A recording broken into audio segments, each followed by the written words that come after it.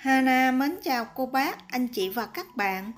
Chè bột lọc là một món chè hầu như ai cũng đều yêu thích và có rất là nhiều cách nấu. Tuần này, Hana xin mời cô bác, anh chị và các bạn cùng vào bếp với Hana. Mình sẽ chuẩn bị thêm một món chè bột lọc cho gia đình của mình. Nếu cô bác, anh chị và các bạn thích, xin mời vào bếp làm cùng với Hana nhé. Hôm nay mình sẽ nấu món chè bột lọc từ bột năng và khoai lang. Trước tiên mình sẽ lấy 200g khoai lang gọt vỏ, sau đó đem đi rửa thật sạch và cắt nhỏ, hấp cho tới khi khoai mềm.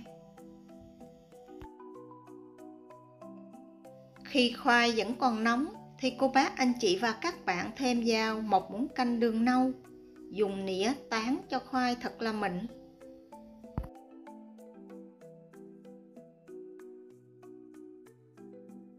Thêm vào 120g bột năng và một xíu muối. Mình sẽ trộn đều cho hỗn hợp khoai và bột thật là hòa quyện.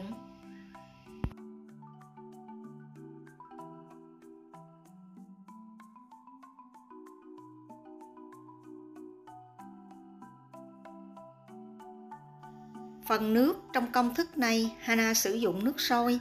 Cô bác, anh chị và các bạn mình thêm vào từ từ khoảng 80g nước sôi. Mình đừng có cho một lần, kẻo bột bị nhão.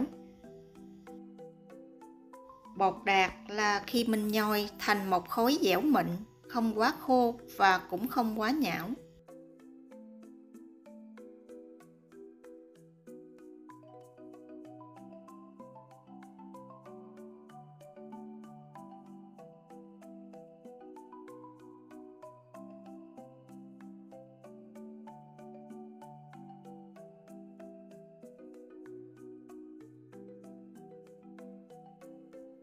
Sau khi nhồi xong thì mình sẽ lấy một ít bột vo viên. Nếu thấy viên bột không bị nứt là đạt. Nếu viên bột bị nứt là bột còn khô. Cô bác, anh chị và các bạn cho thêm một xíu nước vào, nhồi mịn và đậy kín lại để khoảng 15 phút cho bột nở. Sau 15 phút thì mình sẽ đi bắt sẵn một nồi nước sôi. Để những viên bột được bóng đẹp hơn thì Hana thường hay áo bên ngoài một lớp bột năng, ít nhiều tùy theo số lượng bột mà cô bác, anh chị và các bạn đang làm. Với phần bột này, Hana sử dụng 1,5 muỗng canh bột năng là vừa. Chia bột khoảng 10g trên một viên, hoặc là lớn nhỏ tùy ý cô bác, anh chị và các bạn chọn. Sau đó mình sẽ vo viên bột lại. Mình tiếp tục làm như vậy cho tới hết.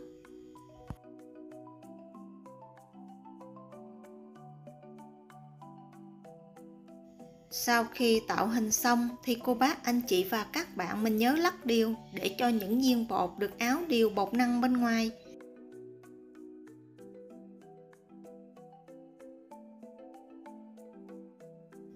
Và dùng rây để loại bỏ phần bột thừa bên ngoài.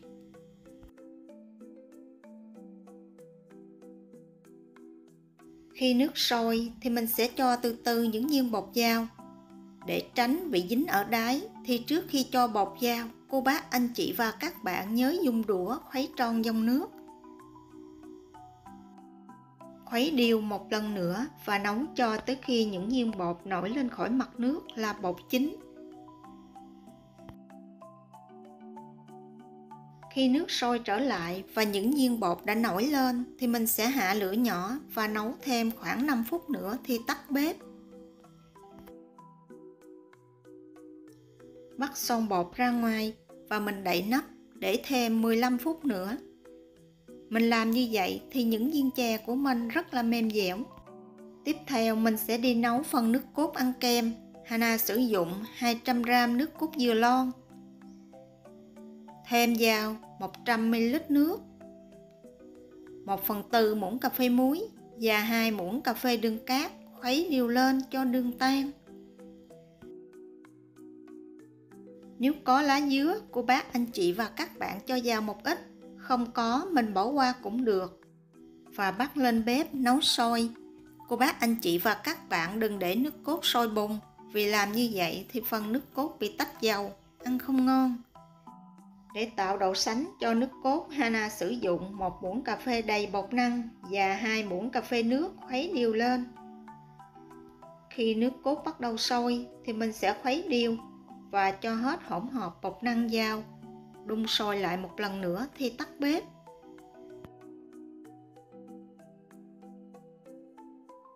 Cô bác, anh chị và các bạn nhớ chuẩn bị phần nước cốt trước, thì khi mình ăn chè, phần nước cốt này nguội sánh lại sẽ ngon hơn. Để nấu chè, Hana đun sôi 500ml nước. Sau khi nước sôi thì mình sẽ cho vào 180g đường dừa hoặc là đường thốt nốt, một ít lá dứa nếu có, và nấu cho tới khi đường tan hoàn toàn. Trong khi chờ đường tan thì mình sẽ pha sẵn hỗn hợp gồm có 2 muỗng canh bột năng và 3 muỗng canh nước khuấy đều lên. Nếu cô bác, anh chị và các bạn thích ăn gừng thì phần nước đường cho thêm một ít gừng cắt sợi vào, nấu cũng rất là ngon.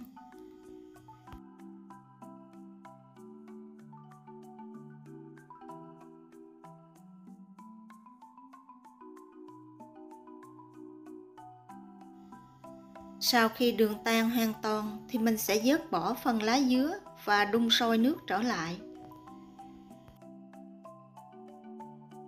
Khi nước đường sôi thì mình sẽ khuấy đều hỗn hợp bột và cho vào từ từ. Hana chia làm 3 lần cho. Mỗi lần cho mình sẽ khuấy để cho hỗn hợp thật là hòa quyện, mình mới bắt đầu cho tiếp lần thứ hai. Cho vào nhiều lần thì phần nước chè của mình sẽ sánh ngon hơn là cho vào một lần.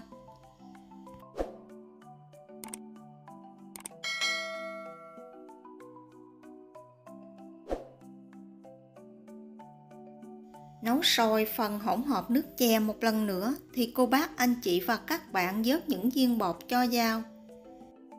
Những viên bột này cô bác, anh chị và các bạn không cần phải tráng qua nước lạnh. Khuấy đều chè lên và mình sẽ nấu khoảng 5 phút. Cho phần nước đường thấm đều những viên chè thì mình tắt bếp. Với cách nấu này thì chè ăn nóng hay nguội, Hana cũng thấy rất là ngon. Khi ăn, cô bác, anh chị và các bạn cho thêm một ít đậu phộng rang giã nhuyễn và một ít mè rang. Chan một ít nước cốt lên trên. Vậy là Hana vừa chia sẻ thêm với cô bác, anh chị và các bạn một món chè vừa ngon vừa đẹp cho gia đình của mình vào dịp cuối tuần. Hy vọng cô bác, anh chị và các bạn sẽ thích những gì Hana chia sẻ. Nếu thích, nhớ đăng ký ủng hộ kênh của Hana nhé. Hana cảm ơn. Mỗi tuần, Hana chia sẻ món ăn trên kênh Món Ngon cùng Hana Phùng vào thứ Ba và kênh Cooking with Hana Phùng vào thứ Sáu. Cô bác, anh chị và các bạn nhớ xem ủng hộ Hana nha. Cảm ơn cô bác, anh chị và các bạn rất nhiều. Hana kính chúc cô bác, anh chị và các bạn nhiều sức khỏe, nhiều niềm vui và nhiều thành công trong cuộc sống.